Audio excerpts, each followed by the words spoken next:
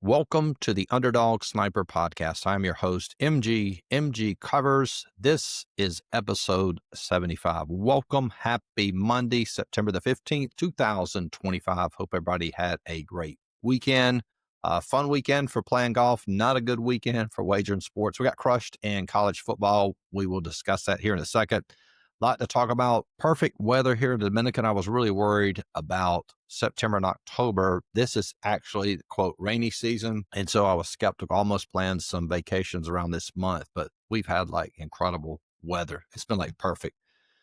And when we had rain, like literally like one day, and it rained at night. So technically, I think I've only missed one day of golf, and that was this past Saturday I took off, but play golf pretty much every single day for September, which is awesome. So hopefully this weather continues and we'll have be able to keep playing some golf. All right. So in this podcast, we're going to talk about classes model. Also going to talk about some mistakes that I've made with classes model. And the reason I think it's important, I've always prided myself in being at the forefront of sports betting education. So in order to do that, you have to openly address mistakes that you've made. And again, I've always said in sports betting, the margin of error in this business is high, meaning you will make mistakes and you will swear to yourself, hey, I'm not going to make this mistake again. And you will, but still at the same time, you need to learn from them as best you can to avoid them. Very difficult to do. And that's what we're going to talk about in this podcast. All right, so let's dive in. The first thing I want to address and look at is we'll talk about classes model overall. Let me pull up NCAA football. All right, so what you're looking at here is the tracker. We will scroll down to the bottom. And again, this model isn't like terrible. It just had some regression off of that first week, and we'll explain why. Year-to-date college football model, it's a 100% plug-and-play model. That's also referred into in the industry as a bottom-up, which means there's no other line movement or anything factored in.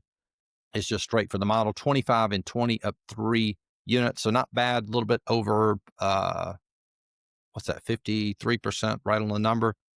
All right. Here's one thing I've learned quickly with classes model, and this is real important. And this relates to soccer, anybody that's building a classes model. And I'll briefly explain it if you're listening to this podcast for the first time. Classes model came from the horse racing or greyhound racing industry. You have an A horse, a B horse, C horse, D horse. They generally categorize them that way. If a B horse wins a race, he moves up to A class. I think if, say, a C class horse fails to finish in the top 3, like for 3 or 4 races, then he would go down to a D. So it's a way to statistically quantify something abstract and make it into a model per se. So all I did was I just applied this to sports handicapping. Now, the issue with this, and this is a very important point, there is some subjectivity factored into this. And at the same time, since you're not using any stats, we do absorb some of a market perception, right? So what do we mean by that? All right. Buffalo is an A-class team in NFL. Everybody knows that. That's going to be reflected in the line. So more than likely, it's going to be difficult to find value on an A team, meaning most of your A teams are going to be what? They're going to be favorites, right? Favorites don't necessarily win all the time, and the books will more times than not shade the line to that side. And I'll show you the soccer example as well. Soccer teams, an A-class team is generally going to be a huge favorite in soccer, minus 244, minus 345. And I'll show you the tracker here in a second. It's rare for us to play A teams the way I have this categorized. So the lesson to learn quickly, if you're doing classes model, you're probably better off not even factoring in A teams and just excluding them. The value will come either playing against the bottom teams or maybe playing some dogs when you have like a B and C matchups. And I'll show you that in NFL as well. So if we dissect this, we come up here and look at classes model for NCAA football just to prove this point. And of course, South Carolina, who we had, and Clemson, who we had, both were A teams, both lost. The A teams, profit-wise, with this classes model year to date through week 3, only 0.5 units of profit. Playing 4D teams, we have another criteria. We play 4D teams minus 1.2.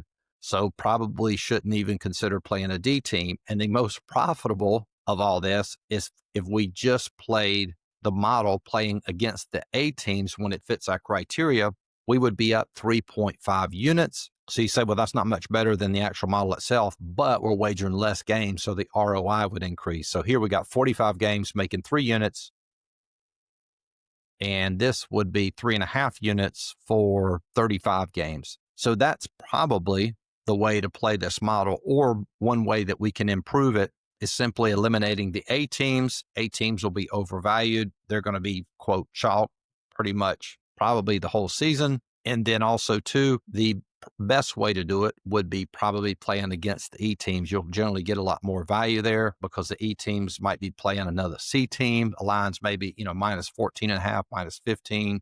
I think we had an example in here. Yeah, Florida International. They were at home. They were a D team playing an E team. Jacksonville State lost, but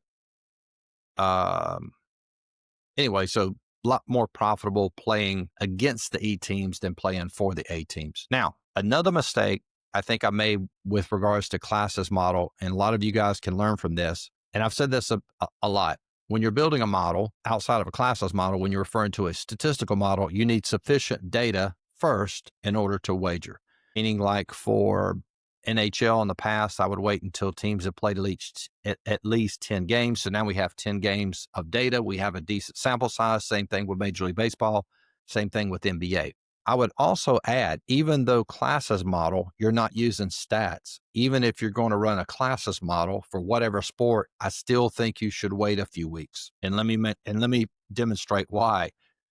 Everybody, more than likely, let me pull up classes model here, week 3. All right, so here's our A teams for a week going into this week. You can see we had Clemson at 15, South Carolina at 14. The majority of people probably had South Carolina, Clemson somewhere in the top 20. So, quote, A teams. However, now Clemson obviously is not going to be an A team. South Carolina, probably not going to be an A team. So again, going back to the premise of what I've always preached, you need to wait 2 weeks, maybe even when you get at least 3 weeks of data. And I think that would apply to classes model as well, because now going into this week, it would be a lot more accurate, right? South Carolina would probably be a B team. Clemson would be a B team. I don't think they should be a C team, but definitely should not be an A team. So knowing that, and we could rewind, we probably wouldn't have played both of those teams on Saturday, if that makes sense. So if you're going to run classes model, I think the approach should be the same. Even though, again, you're not using any stats,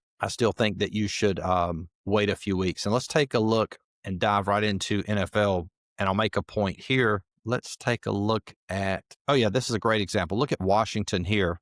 Washington and Green Bay. This was actually a play the way I was running classes model for NFL. And a quick plug for my Substack. If you want to learn modeling, I'm teaching it through Substack. It's currently free to join. All you do is just click the link in the description of this video. You can go there, and I'm going to start having some paid content. It's going to be $29 a month. Very inexpensive to learn modeling. I've got a whole post breaking down this model. Very fascinating. But anyway, so Washington's an A team. I would probably move them down now after this week to a B team. So this might not have been a play. You take a look at Detroit, was a B team going against Chicago. That wasn't a play via the way I had the model this week, but then I would probably have made Detroit an A team. You see what I'm saying? I would have never moved them down to a B team after losing, because now we got at least 2 weeks of data, and that would have been better than, we just have more information now of who's, quote, an A team, and we can organize the classes model a lot better. So even with NFL, probably advantageous to wait as well. And to go ahead and go through this model, and I'll explain some of this. This classes model actually has done really well. This was week 1. It was up 3.67 units. And then yesterday, it did really well. Lost Washington on that money line play this past yesterday. And then counting the Washington game, it's still up 1.17 units. And we take a look at Tampa and Houston. Tampa would be a play, and the Chargers would be a play. Now we'll move over here to the line. This is contingent for Tampa. As long as this line stays at +2.5 to +3, it would still be a play for Tampa. And you would play Tampa on the money line. And then the Chargers is the same. As long as it stays -3.5. It could go to 4. It would still be a play for the Chargers. It could go to 4.5. It would still be a play for the Chargers. If it moves and closes at 3, it would be a no play. So again, Tampa is a play from 2.5 to 3. Again, would play it on the money line. Chargers would be a play laying the points at -3.5 via our classes model. If it goes down to 3, it is a no play. And also, too, I'll show you this. I went back and back tested this for an entire season. This is classes model for last year. It went 50 and 46, plays a lot of dogs, has a lot of volume. Generally for NFL, I only wager somewhere between, right around 50 games a season. Been extremely profitable. This classes model, 9.22 units, which is really good. NFL, despite the popularity of NFL, it is very difficult to turn a significant amount of units in NFL. A lot of variance in NFL. Margins are tight. Lines are very tight.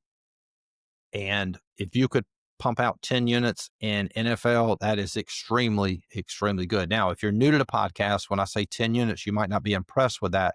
The majority of people, what you see on social media, fabricate units. They might have, let's give a real life example. Let's say you had Buffalo. Hey, we have Buffalo. We won with Buffalo. We're up 9.7 units. No.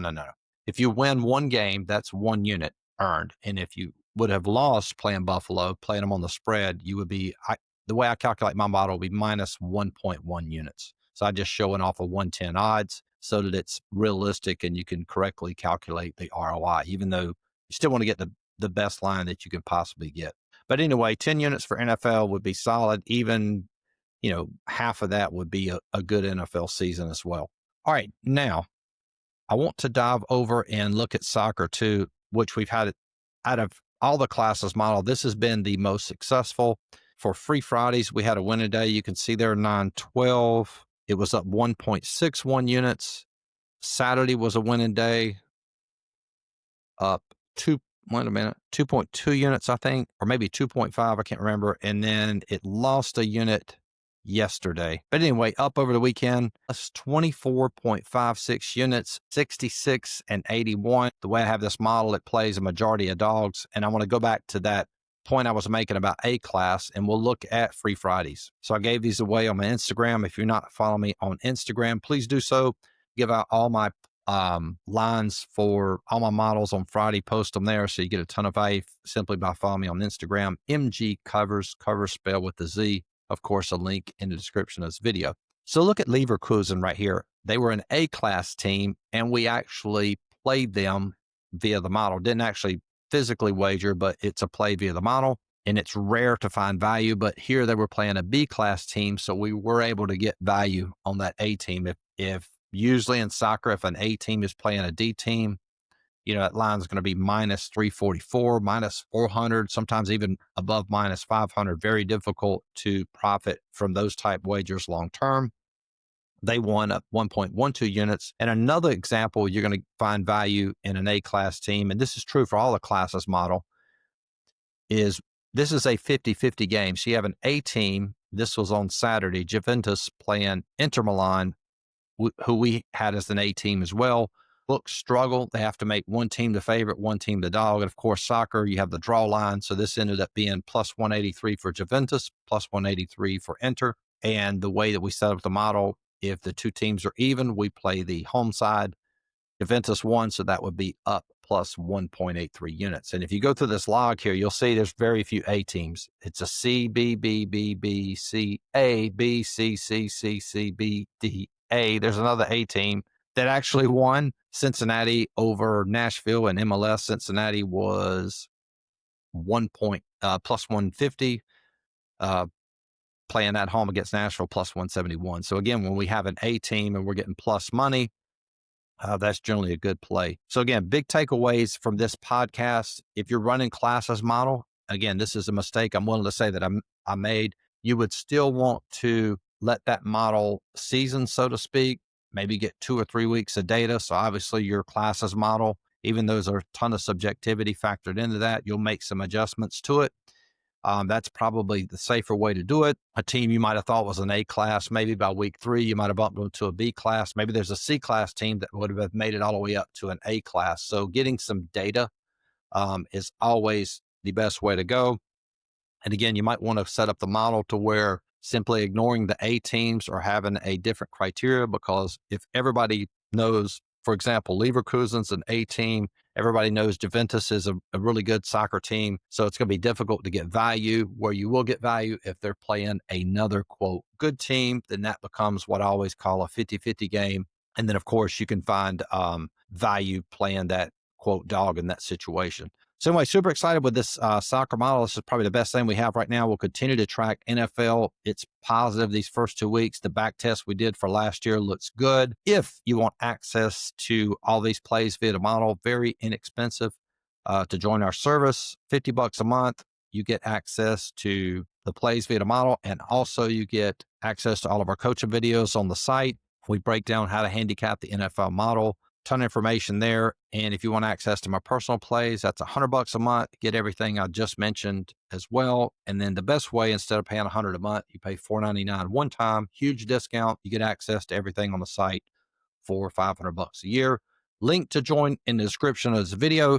Greatly appreciate you guys that listen to the podcast every single week. Big shout out to everybody that watches on YouTube as well as Spotify and Apple. Talk to you guys this week. Have a good one. Peace.